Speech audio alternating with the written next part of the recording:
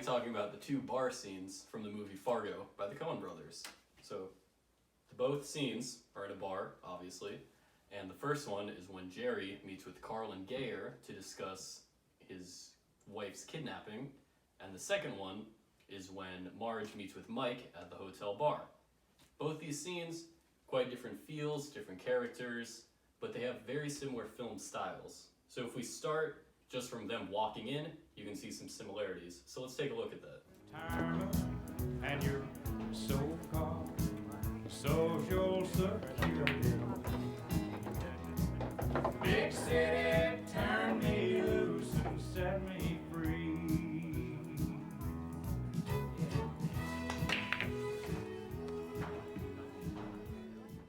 Man, what a scene that was.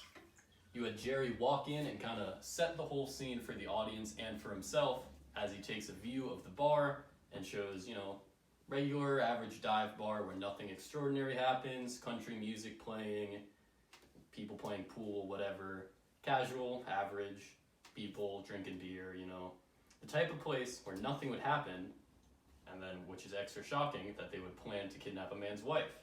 So Jerry walks in, removes his hat, scans the room. Marge will do a similar thing where she walks into the bar and then touches her hair, which gives a very similar appearance. So let's look at that now.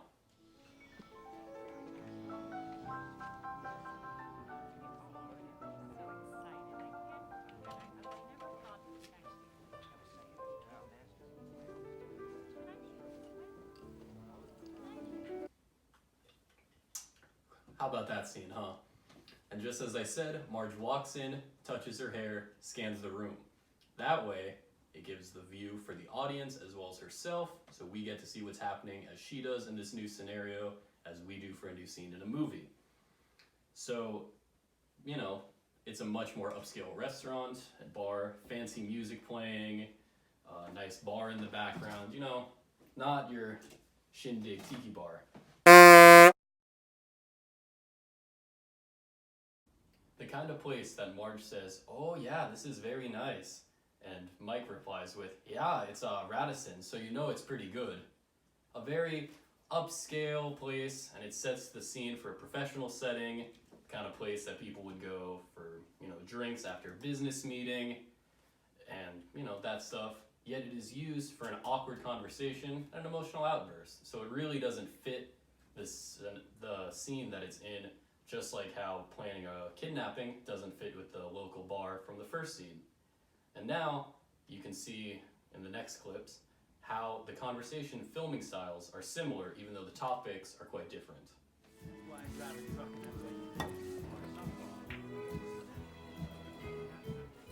I'm Jerry Lundegaard. You're Jerry Lundegaard? Yeah. Shep Proudfoot said... Shep said you'd be here at 7:30. What gives, man? Shep said 8:30. We've been sitting here an hour. He's peed 3 times already. Oh, I'm sure sorry. Shep told me 8:30. It was a mix-up, I guess. You got the car? Yeah, you bet. It's out in the lot there. Brand new burnt umber Sierra. Yeah, okay. Well, sit down then. I'm Carl Showalter. This is my associate, Gaear Grimsrud. Yeah, how you doing? So, we all set on this thing then? Sure, Jerry. We're all set. Why wouldn't we be? Yeah, no, I'm sure you are. Shep vouched for you and all. I got every confidence here in you fellas.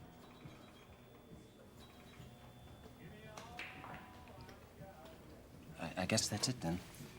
Here are the keys. No, that's not it, Jerry. Huh? The new vehicle plus $40,000. Yeah, but the deal was the car first, then the 40,000, like as if it was the ransom.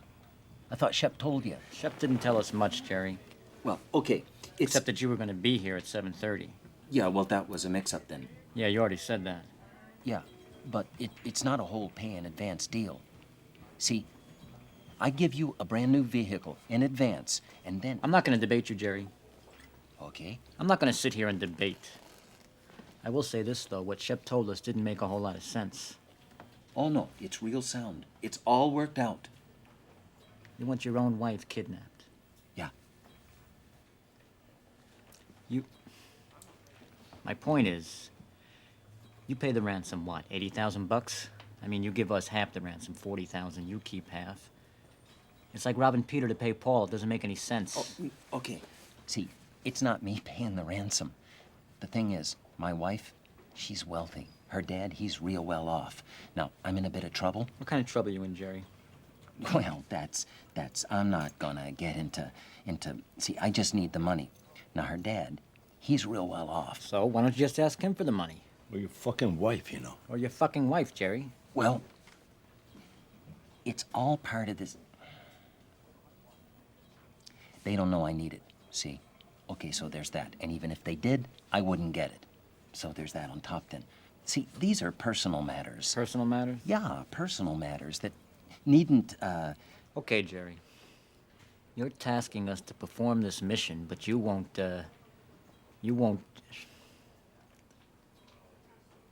Oh, fuck it. Let's take a look at that Sierra.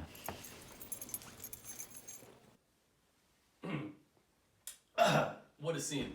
So, the similarities between this scene and the one I'll show in a couple minutes is that the conversation style cuts from side to side of the booth to each person talking, kind of in like a ping-pongy fashion.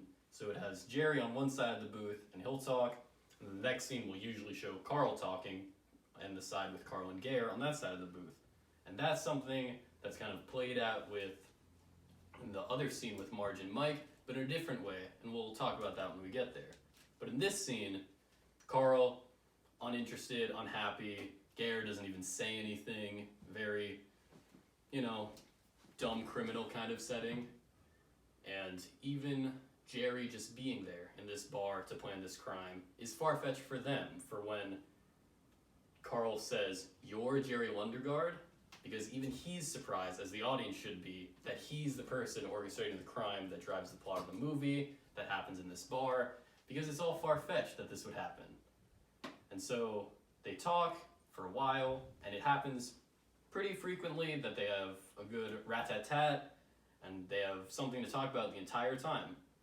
But now let's take a look at the scene with Mike and Marge to see how it's different, but similar. Mike?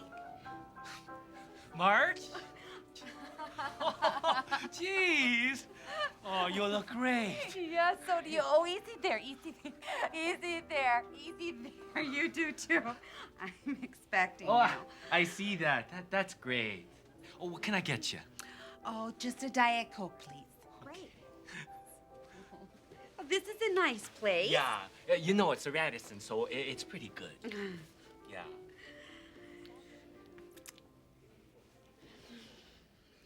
So, you're living in Edina then? Oh, yeah. A couple of years now. It's actually Eden Prairie, that school district. So, Chief Gunderson then. Oh, so, you went and married Norm's son of a Gunderson. Oh, yeah, a long time ago. Great. So, what brings you down? Are you down here on that homicide, if you're allowed to discuss that? Oh, yeah, but there's not a heck of a lot to discuss. Okay. Well, what about you, Mike? Are you married? You got kids? Yeah. Well, I was married. I was married to... You mind if I sit over here? I was married to Linda Cooksey. No, why don't you sit over there? I prefer that. Huh? Oh, okay. Sorry. Oh, no, just so I can see you. Don't have to turn my neck. Oh, sure. I understand. Yeah. I didn't mean to, No, that's fine. Yeah. Sorry. So, I was married to Linda Cooksey. You remember Linda. She was a year behind us. Yeah, I think I remember. Yeah. Yeah. So it didn't work out, huh? Well, and then I've been working for Honeywell for a few years now. Oh, well, they're a good outfit. Yeah, if you're an engineer, you could do a lot worse. But it's not. It's nothing like your achievement. Oh, well, it sounds like you're doing really super. It's not that. It's not that things didn't work out. It's Linda had leukemia. She was. She passed away. No. It was tough. There you go. It was long. she fought real hard, Marge. You know, that's what can you say? Oh, better times, huh? Better times. Oh, and then I saw you on the TV, and I remembered, you know, I always liked you. Well, I always liked you, I always Mike. liked you so much. So, Mike, should we get together another time, you think? No,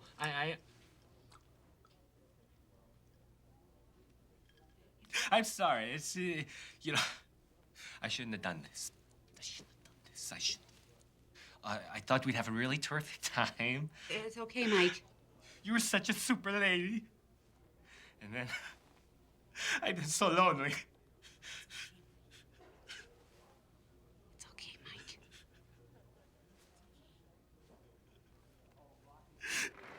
So in that second scene with Marge and Mike, pretty uncomfortable. I can't even watch it after several times without feeling really, really like there's something wrong with what you're watching.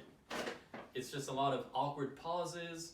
It's an uncomfortable scenario as Mike sits next to Marge and she spurs his advances. Mike tells the story about his wife dying of cancer, and then, you know, Mike cries and says, like, "You're such a nice lady." And Marge just keeps going, "Oh, that's okay." And, you know, it's executed to show how uncomfortable Marge is and how uncomfortable it is for the viewer to watch. She's being our stand-in for a very uncomfortable scene, and every time it cuts back to her, it's just another face to show how uncomfortable she is. So the conversation has the same back and forth filming style in the first scene. Yet what's different is that it's usually Mike talking and rambling on, but it will cut back to Marge just to show her face, and she doesn't say anything, or she says, "It's okay, no worries," something like that. And it's the same filming style, except nothing's being said. And it's just awkward. Look, all in all, both these scenes, they play with the idea of the unlikely. You know, dialogues and scenes that take place in places that they shouldn't. You know, a fancy bar where a character is acting emotionally, irrationally, and making everyone feel awkward. A local dive where they're talking about crime, and it's just not the kind of place that should be happening. So, you know, the ideology is that sets up the whole movie of unlikely things, that crime wouldn't happen in Fargo, that these characters wouldn't exist, even though it says this is a true story in the beginning. So it kind of plays with your mind if it's real or not. And that's all I got for you. So enjoy.